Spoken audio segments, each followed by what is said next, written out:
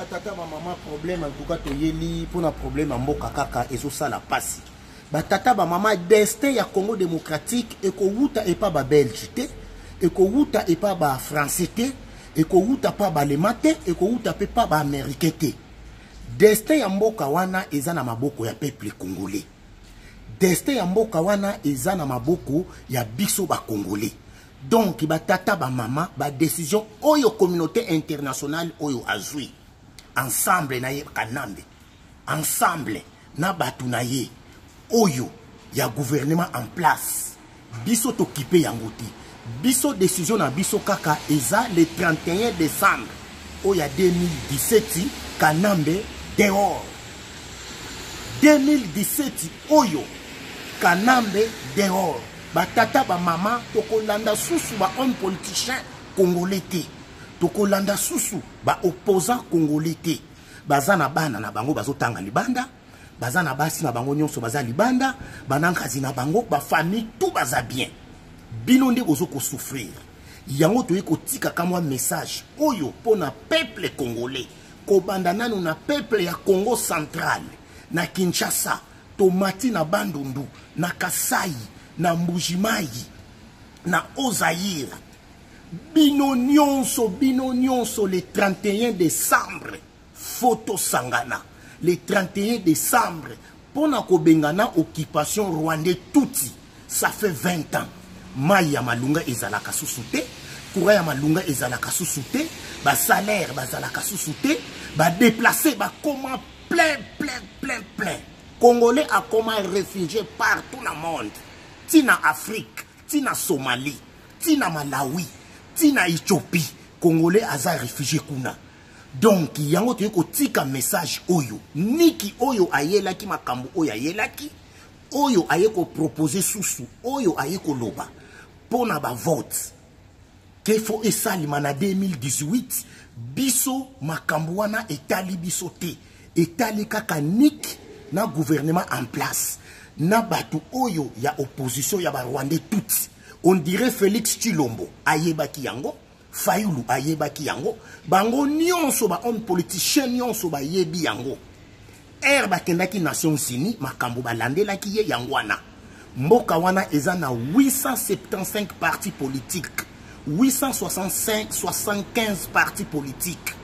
Bazangi mayele. Français na munoko bazo loba me baza mayele te. Congolais azoko banga mutu oyo azoloba français seloye azama yele me bazama yele te yango batata ba mama to ko tikela bino message oyo le 31 décembre ya 2017 abu pia toko tchela susu ba soi-disant ba homme politicien congolais mutema te si ba trahir biso mingi depuis 1960 ba banda ko signer ba signer kaka basinyaka kaka bakendaka kaka na ba accord sikoyo ya mbala oyo biso toyebisi bango ya mbala oyo peuple congolais tozwa makambu na maboko na biso tozwa destin ya mboka wana na maboko na biso tocha bango à côté tocha bango à l'écart biso moko tokoluka oyo akodirige mboka wana ba soi-disant bango bazokanisa bango te. Yango te kotika message oyo sonnellement et pas ya peuple congolais le 31 total a bikolo te bikolo nyonso ensemble pona kobengana ba Rwandais touti le 31 décembre biso nyonso ensemble biso nyonso tozala lisanga toloba non pona occupation.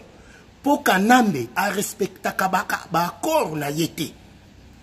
ba accord na ye a respecta kate yango batata ba mama toko tchela susu ba soi-disant ba homme politicien wana mutema te ko banda ba oyo o ba Félix Tshilombo o ba Fayulu o ba Moïse Katumbe o ba Dokolo o ba nani bango te bango nyonso baza ba collaborateur ya système bango nyonso wana bazoko lia ba mbongo na bango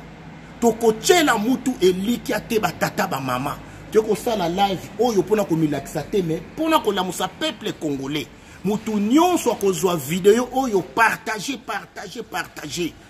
donc il est 31 décembre fin ya gouvernement ya makila, fin ya batu oyo bazoko faire souffrir peuple congolais. Photo tcha bango fin botala na batogo ndenge batogolais bazoko bima libanda, ndenge bazoko manifester, ndenge bazoko zwa destin ya mboka na bango na maboko. Yango toye koloba batata ba mama bako bimisa minduki metoko banga bango te. Le 31 décembre 2017